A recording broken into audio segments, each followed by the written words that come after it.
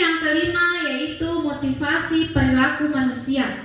Jadi motivasi perilaku manusia terdiri dari dua faktor, yaitu eksternal dan internal. Kita lihat bersama Bapak Ibu, motivasi eksternal ada beberapa contoh, yaitu untuk motivasinya melakukan itu untuk menghindari ketidaknyamanan atau untuk menghindari hukuman. Apa yang akan terjadi apabila saya tidak melakukannya? Ya, jadi dia termotivasi melakukan sesuatu karena dia takut dihukum. Ya, faktor eksternal yang kedua, untuk mendapat imbalan dari orang lain atau institusi. Apa yang akan saya dapatkan apabila saya melakukannya? Ya, jadi dia termotivasi untuk melakukan suatu hal karena dia yakin setelah dia melakukannya dia akan mendapatkan imbalan. Ya, nah, adapun motivasi dari diri atau internal, ya, untuk menghargai diri sendiri. Saya akan menjadi orang seperti apa apabila saya melakukannya. Nah, yang inilah yang sangat kita harapkan pada pendidikan, ya, motivasi internal, motivasi dari dalam diri anak, ya, bukan dari imbalan atau hukuman. Nah, Bapak Ibu, silakan diperhatikan perbedaan antara hukuman, konsekuensi, dan restitusi. Hukuman itu tidak terencana, tiba-tiba saja, ya.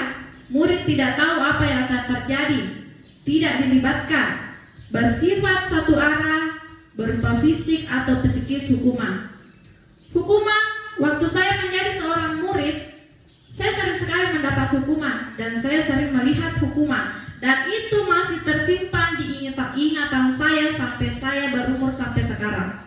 Ya, itulah tidak baiknya hukuman Bapak Ibu, karena tersave di otak anak-anak dengan hal yang buruk. Ya, tidak bisa dilupa itu hukuman. Bahkan saya hukuman waktu SD masih saya ingat sampai sekarang. Itulah tidak baiknya hukuman, ya. Yang kedua, konsekuensi, terencana atau disepakati sesuai peraturan. Murid tetap dibuat tidak nyaman.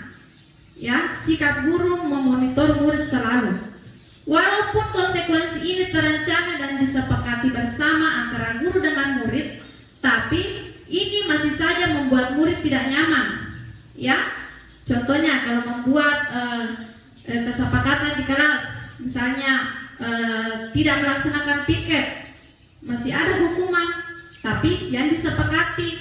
Nah, kalau masih ada hukuman walaupun itu disepakati, tentu masih membuat murid tidak nyaman.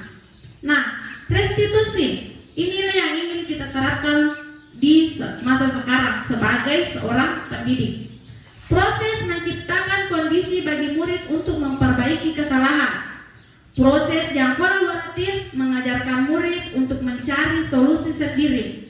Ya, di sini restitusi kita menciptakan kondisi yang nyaman untuk kita sebagai guru dan untuk murid ke depannya.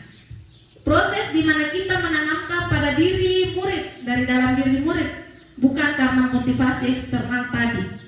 Ya.